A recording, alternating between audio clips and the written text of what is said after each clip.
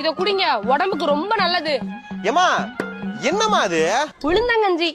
ஏங்க ஆபீஸ்ல உட்கார்ந்தே இருந்துட்டு கை வலிக்குது கால் வலிக்குதுன்னு சொல்றீங்களே, இத குடிங்க, கை எலும்புக்கு நல்லா வலிமையா இருக்கும். ஏமா நீ எல்லாம் மாசமா இடுப்பு வலிக்குது வயிறு வலிக்குன்னு சொல்லிட்டே இருக்கீல, இத குடிச்சுன்னு வச்சுக்கோவே இடுப்பு வலியில அப்படி காணாம போயிடும். இங்க பாருங்க, கொடிய நோயில இருந்து விடுபட்டவங்க கூட இத குடிச்சாங்கன்னா அவங்களோட தசை எலும்பு நரம்பு எல்லாமே சரியாகுமா. முக்கியமா பாலுறவு அதிகப்படுத்துங்க. அது மட்டும் இல்லைங்க, கர்ப்பப்பைய பலமாக்குமா. இந்த குழந்தை பிறந்ததுக்கு அப்புறம் பொம்பளை ஆளுக்கெல்லாம் ரொம்ப வீக் ஆயிராங்களா, இதை கொடுத்துன்னு வச்சுக்கோ உடம்புக்கு அம்பிட்டு தெம்பு.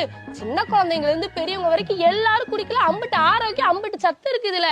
அண்ணே இவ்வளவு நல்லது சொல்றீங்க. அது என்னன்னா உளுந்தங்கஞ்சி. ஏமா உளுந்தங்கஞ்சிலேமா இவ்வளவு சத்து கிடைக்குது? ஆமாங்க, இந்த உளுந்துலதான் விட்டமின் சத்து, தாது சத்து, நார் சத்து, புரத சத்து, ஏகப்பட்ட சத்து இருக்கு.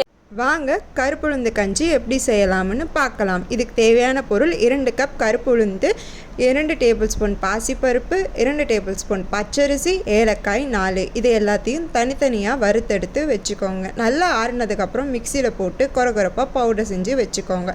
இப்போ உளுந்து கஞ்சி எப்படி செய்யலான்னு பார்க்கலாம். 3 டேபிள் ஸ்பூன் உளுந்து மாவு, 2 டம்ளர் தண்ணீர், ருசிக்கு ஏற்ப சர்க்கரையோ அல்லது நாட்டு சர்க்கரையோ சேர்த்து கட்டி இல்லாமல் கரைத்து எடுத்து வச்சுக்கோங்க. அதுக்கப்புறம் அடுப்பில் ஏற்றி வச்சு நல்ல கொதி வந்தவுடன் 1/2 டம்ளர் பசும்பால் சேர்த்து அத்துடன் தேங்காய் துருவல் 2 டீஸ்பூனையும் சேர்த்து நல்லா கிளறி இறக்கவும். ருசியான சத்தான உளுந்து கஞ்சி ரெடி.